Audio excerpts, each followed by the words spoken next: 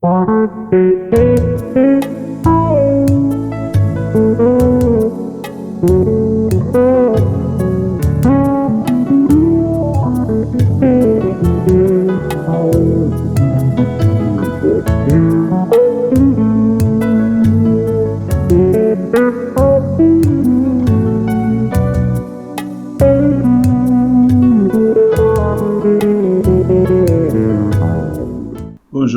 Bonjour. Bienvenue sur la Maison du Père, que le Seigneur vous bénisse.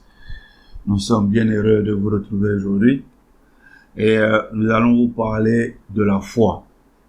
Et pour ce faire, nous allons baser ce petit temps que nous avons ensemble sur un chapitre spécifique, le chapitre 2 Rois 4, les versets 8 à 37. Alors, nous allons commencer avec le verset 8 qui nous dit ceci. Un jour, Élisée passait par le village de Sonem. Une femme riche insista auprès de lui pour qu'il accepte de prendre un repas chez elle. Dès lors, chaque fois qu'il passait par ce village, il s'arrêtait chez elle pour manger. Je ris de cette petite phrase. Cela ne veut pas dire que Élisée n'avait pas à manger, que lorsqu'il voyageait, il passait forcément par cet endroit pour manger. Ça veut tout simplement dire que Élisée était en voyage et la dame a donc décidé de lui offrir ce qu'on appelle l'hospitalité. Les versets 9 à 11 nous montrent tout ce qu'elle voulait, c'est-à-dire être hospitalière. Ayant remarqué donc sa marque de générosité, Élisa demanda à son serviteur Géasi de demander à la bonne dame si elle souhaitait quelque faveur que ce soit auprès des autres autorités du village où elle vivait. Elle répondit par la négative, disant que elle n'avait besoin de rien, que tout allait bien chez elle. Un peu plus tard, le serviteur donc informa Élisée que le couple, c'est-à-dire la dame et son mari, n'avait pas d'enfant. De ce fait, Élisée donc lui fait encore appel et lui promet que l'année prochaine, à la même date, à la même période, elle aurait un enfant. Si on continue avec les versets 18 à 20, il est écrit, donc elle a eu l'enfant et maintenant l'enfant a grandi. L'enfant grandit. Un jour, qu'il était allé rejoindre son père auprès des moissonneurs, il cria soudain à son père, « Oh ma tête, que j'ai mal à la tête !» Le père ordonna à son serviteur, « Emporte le vite chez sa mère. » Le serviteur l'emporta et l'amena à sa mère, qui le prit sur son genou. Il y resta jusqu'à midi, puis il mourut. C'est-à-dire quoi? L'enfant promis par Dieu était mort. Est mort. Alors, comment est-ce que cela est possible? En continuant à lire les versets 21 à 23, même chapitre de Roi 4. Elle monta dans la chambre du prophète, le coucha sur le lit de l'homme de Dieu, referma la porte sur lui et sortit. Puis elle appela son mari et lui dit, « Donne-moi, je te prie, l'un des jeunes serviteurs et une ânesse. Je vais vite aller chercher l'homme de Dieu et je reviens aussitôt. » « Pourquoi veux-tu aller chez lui aujourd'hui? » lui demanda-t-il. « Ce n'est ni la nouvelle lune ni un jour de sabbat. » Elle lui répondit, « Tout va bien. » « Est-ce que vraiment tout va bien? » « Non, son fils unique, cadeau du Seigneur, vient de mourir. » Mais elle affirme que tout va bien. En fait, elle le dit par foi. Elle n'a à aucun moment informé le père ni son servant que l'enfant était mort. Des fois, il arrive que nous traversions la même situation.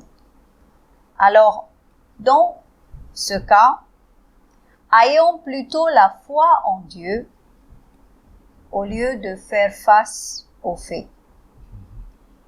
Si le Seigneur vous dit dans une situation donnée que tout va bien, alors tout va bien, car c'est le Seigneur qui a parlé.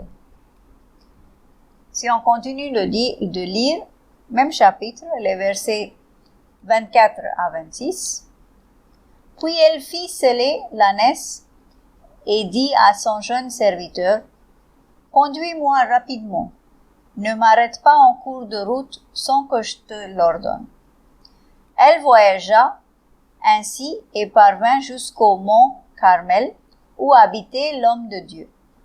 Quand celui-ci l'aperçut de loin, il dit à son serviteur Géasi, « Regarde, c'est notre Sunamite, cours vite à sa rencontre et demande-lui, « Tout va-t-il bien pour toi? Ton mari est-il en bonne santé? L'enfant va-t-il bien? » Elle répondit, « Tout va bien. » Elle répondit la même chose à Géasi, le servant de l'homme de Dieu, que tout allait bien. Faire reposer sa foi en le Seigneur ne doit pas être en soi une foi aveugle. Elle doit être basée sur quelque chose que le Seigneur aurait dit ou fait. Si vous êtes malade, par exemple, tous les rapports médicaux vous diront qu'il faut vous admettre immédiatement à l'hôpital. Mais le Seigneur vous dit que tout va bien. Quel rapport croirez-vous? Alors, si on continue le verset 27, donc il est écrit, « Elle poursuivit jusqu'à l'homme de Dieu sur la montagne, elle se jeta à ses pieds. Géasi s'approcha pour l'écarter, mais Élisée lui dit, « Laisse-la faire, elle est profondément affligée, mais l'Éternel ne me l'a pas fait savoir, et il ne m'en a pas révélé la cause. » C'est-à-dire quoi? C'est-à-dire que même à cet instant-là, l'homme de Dieu ne sait pas ce qui se passe, car le Seigneur ne l'a pas révélé. Continuons de lire. Versets 28 à 34. Alors la femme s'écria, « Est-ce que j'ai demandé un fils à mon Seigneur? Ne t'avais-je pas dit, ne me donne pas de faux espoirs? » Élisée ordonna à Géasi, « Mets ta ceinture, prends mon bâton en main et va. Si tu rencontres quelqu'un en chemin, ne perds pas de temps à le saluer. Et si quelqu'un te salue, ne t'arrête pas pour répondre. Quand tu arriveras dans la maison de cette femme, tu poseras mon bâton sur le visage du garçon. » La mère de l'enfant s'écria, « Aussi vrai que l'Éternel vit, et que tu es toi-même en vie, je ne partirai pas sans toi. » Alors Élisée se leva et se mit en route avec elle. Géasi les avait dévancés, et il avait posé le bâton sur le visage du petit garçon. Mais rien ne s'était passé. Pas un son, pas une réaction. Il revint donc sur ses pas à la rencontre d'Élisée et lui annonça que l'enfant n'était pas revenu à lui. Quand Élisée arriva à la maison, le petit garçon était bel et bien mort, étendu sur le lit. Élisée entra, ferma la porte sur eux deux et pria l'Éternel. Il monta sur le lit et se plaça sur l'enfant. Il appliqua sa bouche sur sa bouche, ses yeux sur ses yeux, ses mains sur ses mains. Comme il restait ainsi étendu sur lui, le corps de l'enfant se mit à se réchauffer. Bien vrai que le servant arriva sur les lieux en premier, avec le bâton d'Élisée, il ne put ressusciter l'enfant. Seul l'homme de Dieu réussit à ramener l'enfant, le petit, en vie, c'est-à-dire à avoir le corps qui commença à réchauffer. Nous allons continuer de lire les versets 35 à 37. Alors, le prophète se releva, marcha de long en large dans la chambre, puis s'étendit de nouveau sur l'enfant. Soudain, le petit garçon éternua 7 fois et rouvrit les yeux. Élisée appela Géasi et lui dit, « Va chercher cette Sunamite. » Géasi l'appela et elle vint vers Élisée qui lui dit, voici ton fils, reprends-le. Elle s'avança, se jeta à ses pieds et se prosterna jusqu'à terre. Puis elle prit son fils dans ses bras et sortit de la pièce. La femme a été consciente du fait qu'elle ne devrait exposer ses déboires pas exposer ses déboires à personne d'autre qu'à l'homme de Dieu. Devant l'adversité, efforcez-vous de garder votre secret pour vous, car l'exposer susciterait la dérision des gens autour de vous et pourrait vous empêcher de réaliser l'acte de foi que vous vous apprêtiez à faire. Imaginez qu'elle ait dit cela à son mari et servant. Pensez-vous qu'elle aurait eu le temps d'aller voir l'homme de Dieu? Non.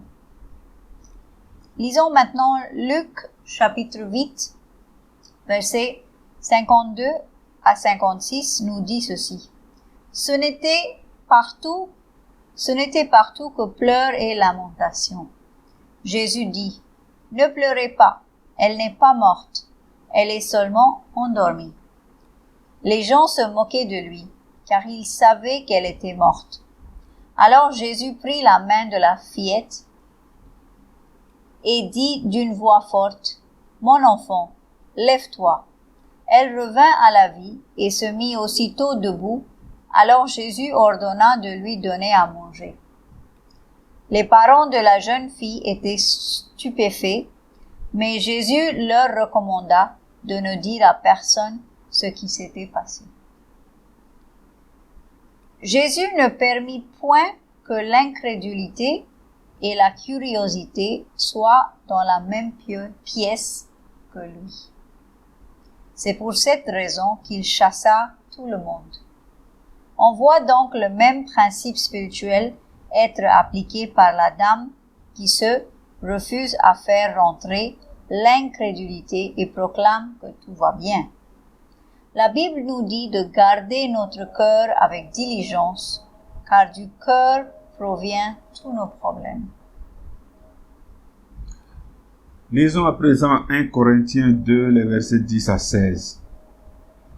Or, Dieu nous l'a révélé par son Esprit. L'Esprit, en effet, scrute tout, même les pensées les plus intimes de Dieu. Quel être humain peut savoir ce qui se passe dans un autre homme? Seul l'Esprit, cet homme en lui le sait. De même, nul ne peut connaître ce qui est en Dieu, si ce n'est l'Esprit de Dieu.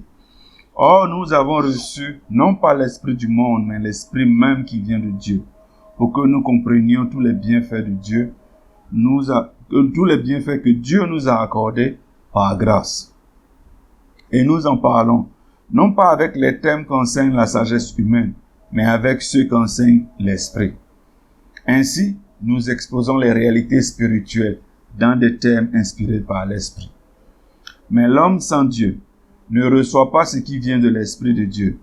À ses yeux, c'est pure folie et il est incapable de le comprendre car seul l'Esprit de Dieu permet d'en juger.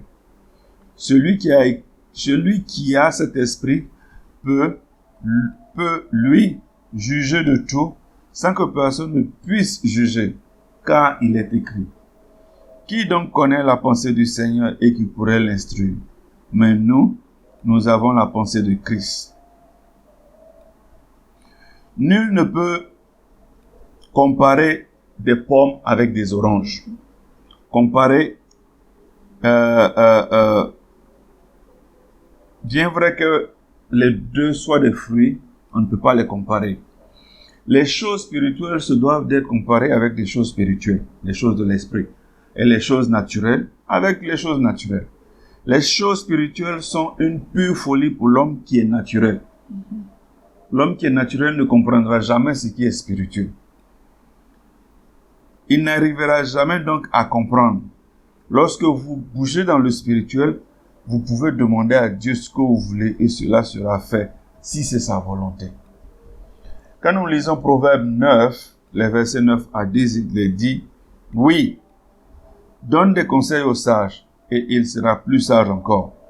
Instruis le juste, il enrichira son savoir.